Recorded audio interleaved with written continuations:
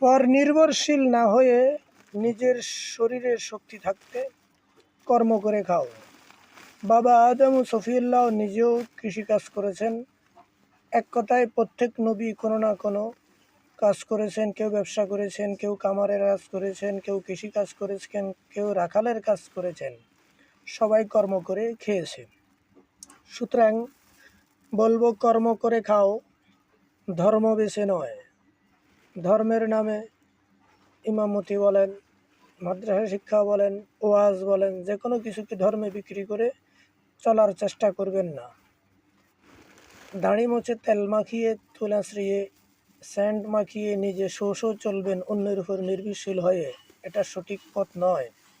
হালাল কর্ম করে নিজে কর্ম করে চলার চেষ্টা করবেন।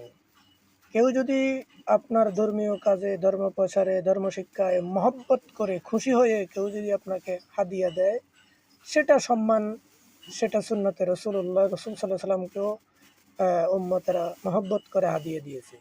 কিন্তু একেবারে যে সকল কর্ম ছেড়ে দিয়ে অন্যের উপর শর্ত আরোপ করে শুধু বসে বসে খাবো, অন্যরা দিয়ে যাবে আমি খাবো, নিজে কর্ম ছেড়ে দিব, এটা সঠিক পন্থা নয়। হালাল কর্ম যতই ছোট হোক, মাওলা আলীও কর্ম করে খেয়েছেন। প্রত্যেক যোগ জামানার শ্রেষ্ঠ আউলিয়া কেরাম কোনো না কোনো কাজ করে খেয়েছেন। আবার ভক্তরা হাদিয়াও দিয়েছে, সেটা দিয়েও নিজে কিংবা দরিদ্র ভক্তদের মাঝে বিলিয়ে দিয়েছেন বা চলছেন। কিন্তু কর্মকেও একেবারেই কর্ম ছেড়ে দেননি। কর্ম করা সুন্নত, কর্মকে ছোট মনে করবেন না, কর্ম করে খাওয়ান, এটাই উত্তম পন্থা।